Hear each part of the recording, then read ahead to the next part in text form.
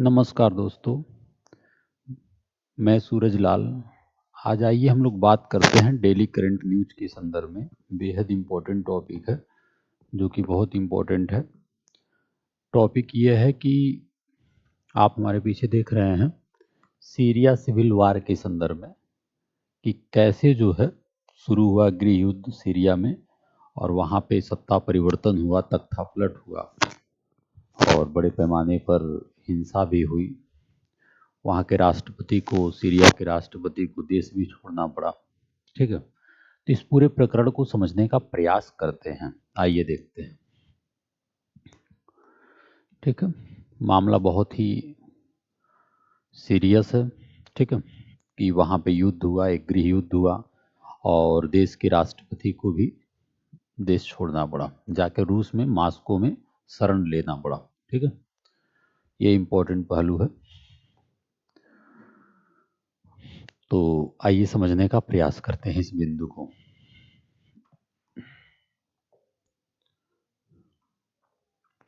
देखिए, तानाशाही और विद्रोह की वजह से असद की हार की कहानी, वहाँ के राष्ट्रपति थे, पूर्व राष्ट्रपति हैं। ठीक है, असद की हार की क्या कहानी है, उसे जानने का प्रयास करते हैं।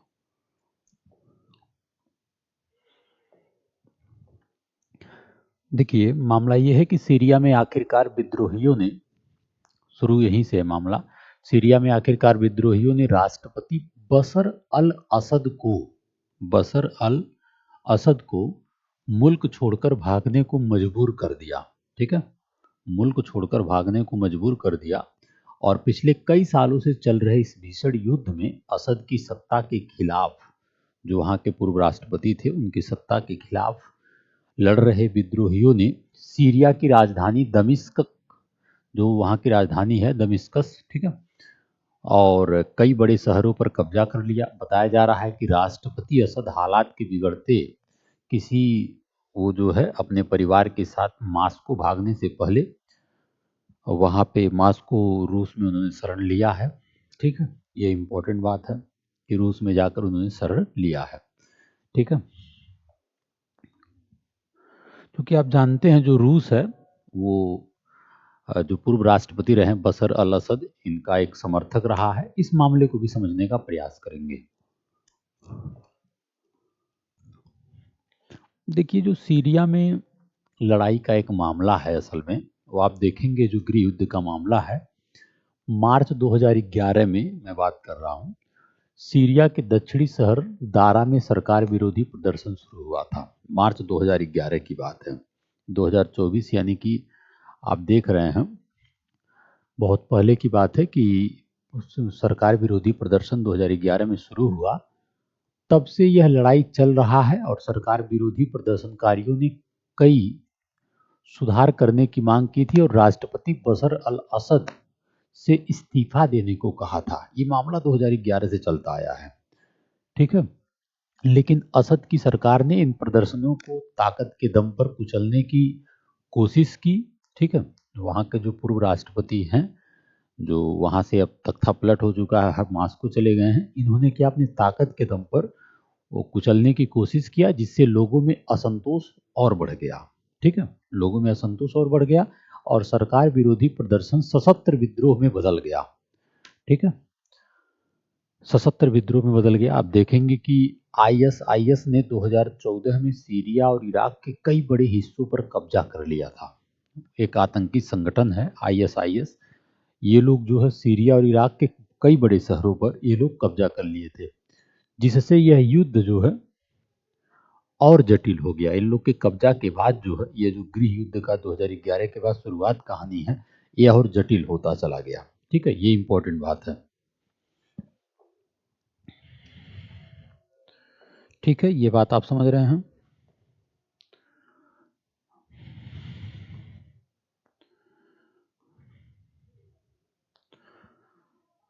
अगर मैं आपको बात बताऊं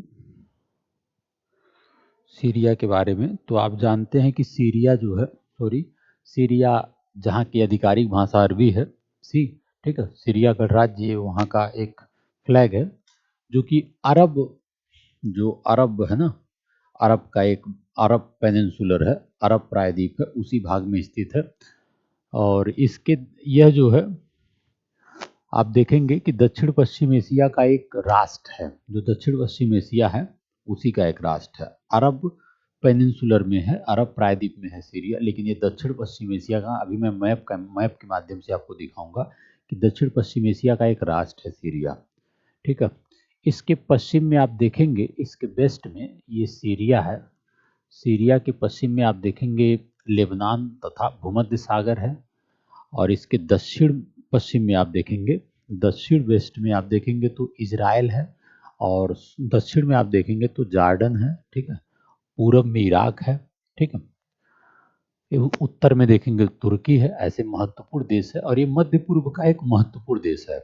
ठीक है, मिडिल ईस्ट का जो है एक महत्वपूर्ण देश है सीरिया। ठीक है, तो सीरिया की जो आधिकारिक भाषा है वो अरबी है, ये बात आप जान रहे हैं, और ये अरब प्रायद्वीप का ही एक भाग है, लेकिन दक्षिण पश्चिम एशिया का भी एक राष्ट्र है, ये दक्षिण पश्चिम एशिया का ही राष्ट्र है। ठीक है, इसे मैं मैप के माध्यम से आपको समझाने की कोशिश कर रहा हूँ। ये देखिए सीरिया यहाँ पे है, विश्व पटल पे यहाँ पे है ये। ठीक है, ये आपका अरब प्लेटो है। ठीक है, अरब प्रायद्वीप है, अरब प्रायद्वीप का ही भाग है। ये एशिया के, ये दक्षिण, इधर दक्षिण में है ना, एशिया का ही भाग है, एशिया के दक्षिण पश्चिम में। ठीक है, यहाँ भी आप मैप के माध्यम से समझ जाएंगे। देखिए ये रहा सीरिया गणराज्य। ठीक है, ये रहा सीरिया, मिडिल ईस्ट में है। ठीक है, आप देख रहे हैं ये जो अरबियन पेनिनसुलर है, ठीक है, अरबियन पेनिनसुलर का ही एक भाग है। ठीक है, और देखिए भूमध्य सागर इसके पश्चिम में है। ठीक है, आपको हमने बताया भूमध्य सागर है, लेबनान भी है। ठीक है, इधर आप देखेंगे जो है तो ये दक्षिण पश्चिम एशिया का ही, दक्षिण पश्चिम एशिया का भाग है। ठीक है, तो ये सीरिया का एक मैप है जो इम्पोर्टेंट है। देखिए जो मुख्य मामला निकल कर आया है वो क्या है, उसे मैं बताने की कोशिश कर रहा हूँ। इस्लामवादी हयात तहरीर अल शाम समूह है, एक ग्रुप है, इस्लामवादी हयात तहरीर अल शाम समूह और उसके सहयोगियों द्वारा किए गए तीव्र आक्रमण के बाद, इन्हीं ग्रुप के द्वारा आक्रमण किया गया है। तीव्र आक्रमण के बाद असद जो है, वहाँ के जो पूर्व राष्ट्रपति हैं, सीरिया से भाग गए, जिसके परिणाम स्वरूप उनके कबीले के 5 दशक के क्रूर शासन का अंत हो गया।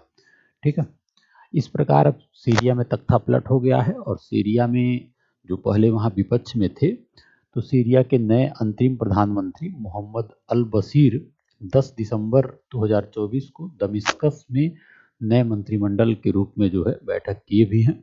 ठीक है, और वहाँ के अंतरिम प्रधानमंत्री हैं ये मोहम्मद बशीर अल बशीर। ठीक है, ये हैं मोहम्मद अल बशीर, वहाँ के अंतरिम प्रधानमंत्री हैं सीरिया के। अब मामला है इस संघर्ष में कौन कौन शामिल है कि सीरिया में ऐसा तख्तापलट हुआ है। ठीक है, इसके पीछे एक कहानी है जो कौन कौन शामिल है। तो कुछ सीरिया के पूर्व राष्ट्रपति के पक्ष में है, कुछ उनके विपक्ष में। जैसे आप देखेंगे कि पिछले दशक के दौरान असद सरकार के मुख्य समर्थक रूस और ईरान रहे हैं। पिछले दशक में, जो इससे पहले आप 2011 के बाद से जो घटनाएं बढ़ती चली गई है, उसमें आप देखेंगे कि मुख्य समर्थक के रूप में वहाँ के पूर्व राष्ट्रपति के, उसमें ईरान और रूस रहा है मुख्य समर्थक, और रूस में ही उनको शरण मिला है। ठीक है, जबकि इनके विरोध में, विपक्ष में आप देखेंगे तुर्की, पश्चिमी ताकतें और खाड़ी के कई देशों ने उनके विरोधियों का समर्थन किया है। ठीक है, इसी वजह से इतना बड़ा जो हिंसा हुई, तख्तापलट हुआ, यही सब कारणों की वजह से हुआ। ठीक है, देखिए रूस की बात करें तो रूस, जिसका लड़ाई से पहले से ही सीरिया में सैन्य बेस रहा है, रूस का जो सैन्य अड्डा रहा है, वो ये 2011 से पहले से ही ये प्रक्रिया है कि वहाँ पे रूस का एक अपना प्रभुत्व था। ठीक है, क्योंकि रूस हमेशा सीरिया का हेल्प भी किया है। सीरिया के जो पूर्व राष्ट्रपति हैं वो रूस में ही शरण लिए हैं। ठीक है, सीरिया सरकार के समर्थन में 2015 में हवाई अभियान शुरू किया था। ठीक है, ये हो गया। अब मामला है दूसरी ओर, अगर बात करेंगे, जो ये पूरी मामला बिगड़ता चला गया और असद सरकार को देश छोड़ना पड़ा। इसमें दूसरे पक्ष में आप देखेंगे तो दूसरी ओर अमेरिका, ब्रिटेन और फ्रांस ने शुरू में नरमपंथी माने जाने वाले विद्रोहियों का समर्थन भर किया, लेकिन जब वहां जिहादी मजबूत हो गए तब इन्होंने विद्रोहियों को कम घातक साबित होने वाली सहायता पर जोर दिया। दूसरी ओर अमेरिका हो गया, ब्रिटेन हो गया, फ्रांस हो गया, ये लोग मदद किए हैं।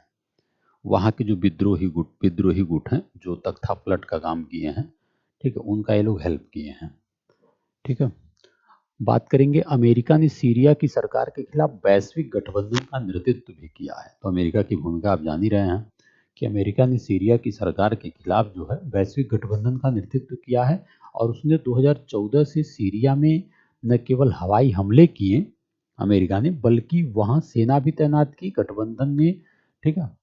तो इस प्रकार अमेरिका हो, ब्रिटेन हो, इन लोग का जो मामले को बढ़ाने का प्रमुख भूमिका रहा है, इसलिए ऐसी घटना घटी है। तो ये मामला था सीरिया में जो गृह युद्ध, सिविल वार के संदर्भ में जो इम्पोर्टेंट बातें था हमने बताया। जय हिंद।